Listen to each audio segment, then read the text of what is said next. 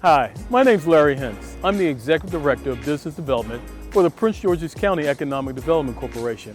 I'm also the host of Business Spotlight. Today, we're going to meet with Mr. Harold Jackson III, the owner of 8 Picture House. It is a motion picture development company. Come on, let's go learn something.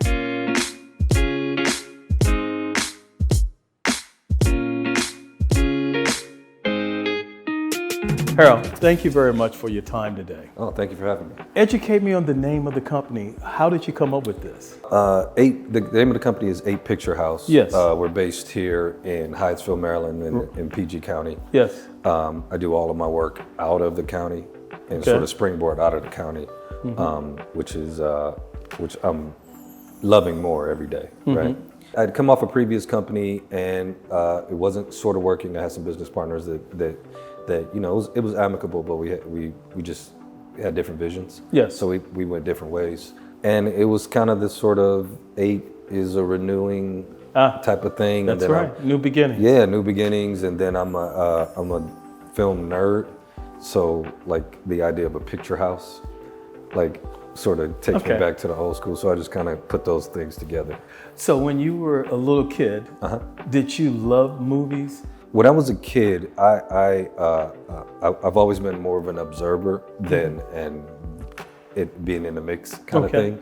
I tell people all the time I had a really large family, and my family is a pretty vocal family. They're the talk to the TV type of people, and we didn't grow up with a lot of money. So one of the things that, you know, the times that we got together that were so beautiful, and sort of the best memories that I have are things like, you know, Sunday dinner, holidays, and just getting together and watching TV together, watching a movie on TV together. Yes. We didn't have enough money to like go to the movies. So we would have, you know, if you think of those old photos where there's a family standing around a radio, and they're enjoying, like that kind of is reminiscent of my memories, right? Where there weren't enough seats in the house, so the kids were on the floor. So just being in that room and hearing my family and seeing my family react to movies, and realizing it was just beautiful to see what movies could do to people. Right. And then that's when I said I want to do that. So and then I learned what it was. And your observation mode and actually participating, sitting there on the floor, what you felt. You wanted others to have that same experience. Yeah, I wanted to. You wanted to do that for others. I wanted to give that to people, right? I wanted to give that feeling to other people. And sometimes it's humor, sometimes it's crying, sometimes it's anger. What do you go through that door for? Like, but just getting those people involved is like. You want them talking back to the screen. I want them to be. It's a conversation with the audience, and I want to have that. I like having that conversation. Wow, I've never heard it put that way. You view what you do as having a conversation with the audience. Yes. Wow. I do. Okay. All right. I know you're originally from LA. Yes. Yes. Okay. You're from LA. Yeah, here it goes. You know where I'm going, right? Yeah. All right. Why does a guy who produces, writes, and directs, you decide to come all the way to the East Coast? Well, 2 things. Where I grew up in LA and Hollywood are different planets. They're like not even the same. They're not even close to the same thing, right? All right. They may be in vicinity of each other, but they're totally different. Right. They're a totally different thing. So I ended up for a myriad of reasons, I ended up in Pennsylvania after I got out of the Marine Corps. And I finished my undergrad there at a small school in Pennsylvania called Kutztown, right? And then Pennsylvania sort of ran its course for me. Right. And I needed, at the time, I needed a real job, right? And I was trying to make movies and trying to live, and it just wasn't quite working at the time. Right. And a military friend of mine had moved from Pennsylvania to DC. So I ended up following in his footsteps. And I started working for the Department of Treasury here in DC. And then I sort of got the lay of the land. I actually liked the area. I really liked the DMV area. And then I made Last Night, and it worked out. And then I made another one, and now I'm sort of, I'm here. Yes. You guys are stuck with me. That's great. So what I really want to know is, we have LA, we have New York, we now have Atlanta, and some things have been done in Baltimore. Sure. In your opinion, creatively and professionally. Can Prince George's County be one of those kind of hubs? The short answer is yes. Yes. Okay. Okay. Obviously, LA is still the Mecca. Right. Right. It's just not going to change. Right. Right. So don't look at that. Right. Don't look at us as the new LA. Right? Okay. But it's really about making it enticing to do productions here in the area. Right. Okay. That's For production companies. Right. okay. So what happens is essentially a movie gets greenlit in LA. Yes. And they go, okay, we have X amount of millions of dollars. Mm-hmm. Where are we going to spend it? Are we going to spend it in LA and get taxed 50 times over?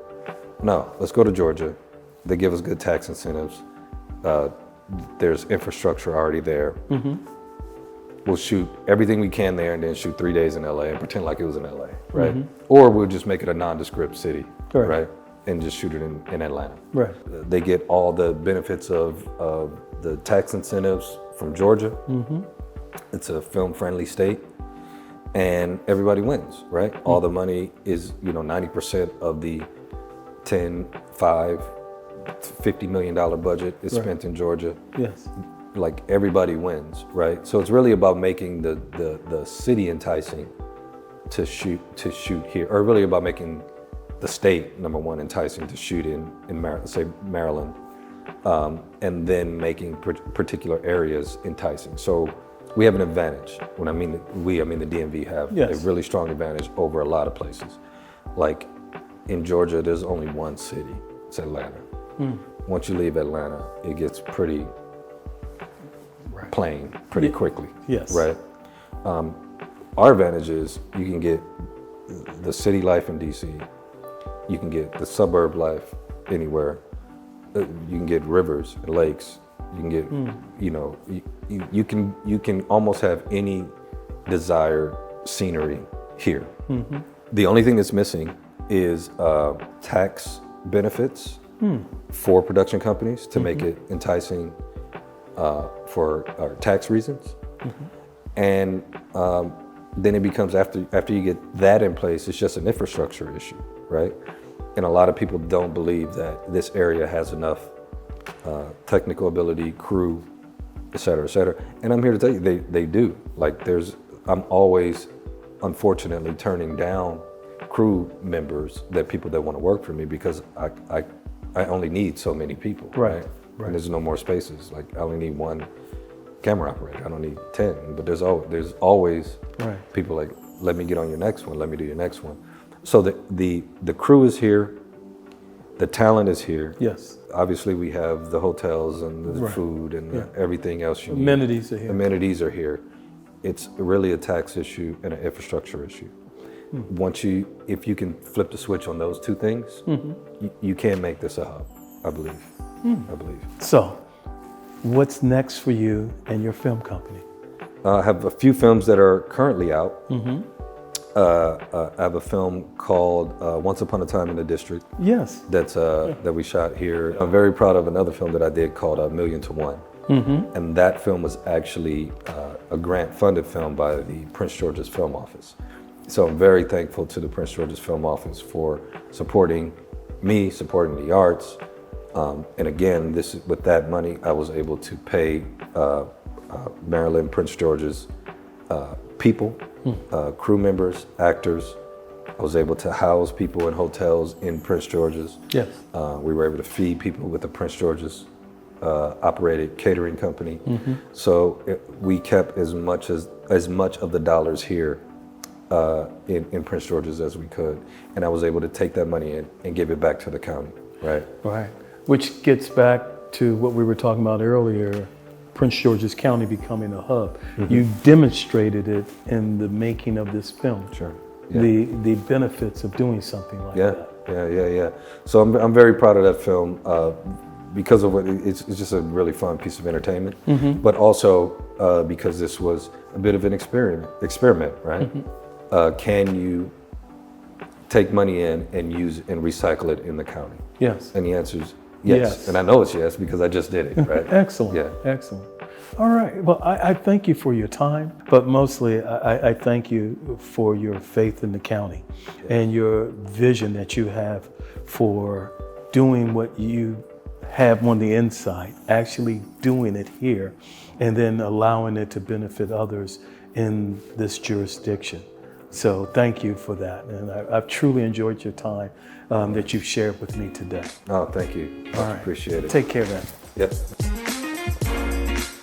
Well, I hope you enjoyed yourself as much as I did. I really enjoyed my time with Mr. Harold Jackson III.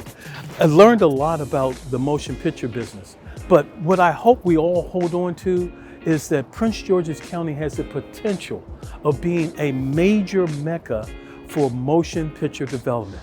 Is that not something to work towards? I gotta tell you, I'm really gonna think about that a lot. So, I want you to stay with us, follow us on social media, and remember, let's keep the business spotlight on.